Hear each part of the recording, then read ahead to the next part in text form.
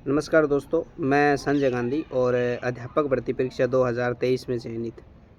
मेरे पास रीट लेवल 2 जो SST subject है और हिंदी सब्जेक्ट है और जो संस्कृत सब्जेक्ट है, उनको लेकर कुछ कमेंट आए थे कि इसको हम कैसे है वो बेहतर बना सकते हैं। एसएसटी की, हिंदी की, संस्कृत की तैयारी हमें कैसे करनी चाहिए और कहाँ से करनी चाहिए?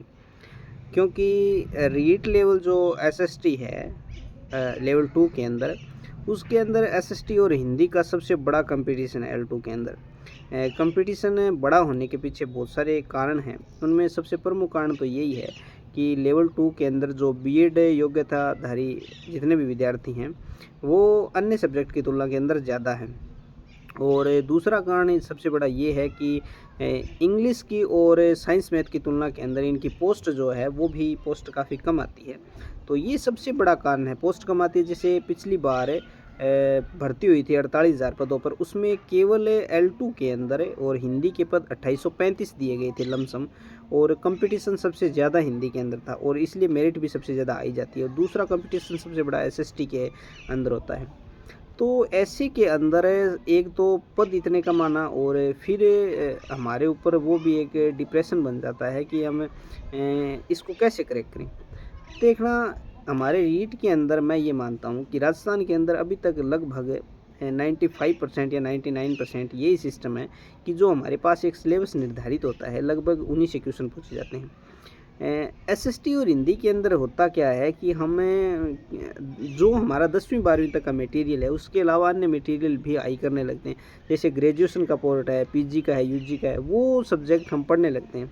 इसलिए मूल जो हमारा उद्देश्य था, जहाँ तक कंपटीशन 10वीं 12वीं तक बेस का ही रखा गया था, उसको छोड़कर हम उसको चुन लेते हैं। और यही हमारी एक कंपटीशन में पीछे रहने के कारण या सिलेक्शन न होने का कारण, सबसे बड़ा कारण बन जाता है। तो सबसे पहले तो यही करना है कि सिलेबस को बहुत ही बारीकी से, बहुत ही ध्यान से पढ़ना है। जो टॉपिक दिए गए हैं, क्वेश्चन उन्हीं में से पूछे जाने हैं। आउट ऑफ सिलेबस है, अभी तक ऐसा सिस्टम नहीं है। फिर भी बोर्ड एक, आपने एक पढ़ा होगा, बोर्ड का एक मापदंड होता है कि बोर्ड ऐसा चाहता ही नहीं कि 150 क्वेश्चन कोई बच्चा हल कर पाए, क्योंकि पेपर का जो लेवल होगा, वो पेपर के बनाने वाले का होगा, वो सारा सिस्टम ही खत्म हो जाएगा। इसलिए ऐसा सिस्टम रखा गया है कि 150%, वैसे भी हमको 150 लानी नहीं है। 120 से ऊपर हमारा स्कोर है, वो टारगेट होना चाहिए सिलेक्शन के लिए। आराम से कम है वो हम क्रैक कर पाएंगे। तो सबसे पहले सिलेबस को ध्यान से पढ़ें, उस सिलेबस के अनुसार टॉपिक अपने क्लियर करें और उसी के अकॉर्डिंग हम चलेंगे तो आसानी से हम है वो पेपर को क्रैक कर सकते हैं। एक निर्धारित मटेरियल पढ़ें। विद्यार्थी की सबसे बड़ी जीवन की यही समस्या होती है कि मटेरियल है वो बहुत बड़ा वाइड कर लेता है। बहुत सारी बुकें बाज़ार से खरीद कर ले आते हैं और वो मटेरियल इतना इकट्ठा हो जाता है कि एक बुक को भी ढंग से पढ़ने का समय नहीं मिल पाता। इसी के कारण है हमारा ये जो पीछे रहने का कारण बन जाता है।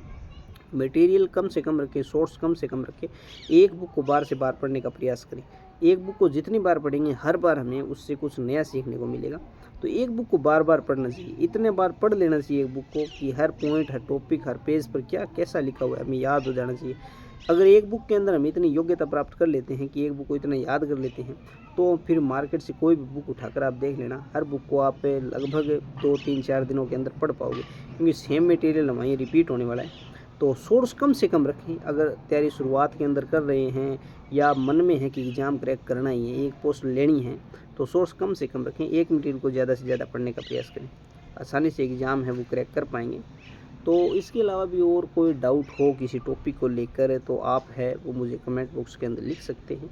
तो मेरा मेन जो मोटिव है वो यही है कि सोर्स है वो कम से कम रखें, एक सोर्स को, निर्धारित सोर्स को बार बार पढ़ें, तो पेपर है वो आसानी से क्लियर हो सकता है। धन्यवाद दोस्तों। और कोई भी आपका डाउट हो वो कमेंट बॉक्स के अंदर लिख सकते हैं, वो आसानी से हैं, हम इसका सॉल्यूशन दे देंगे। धन्यवाद।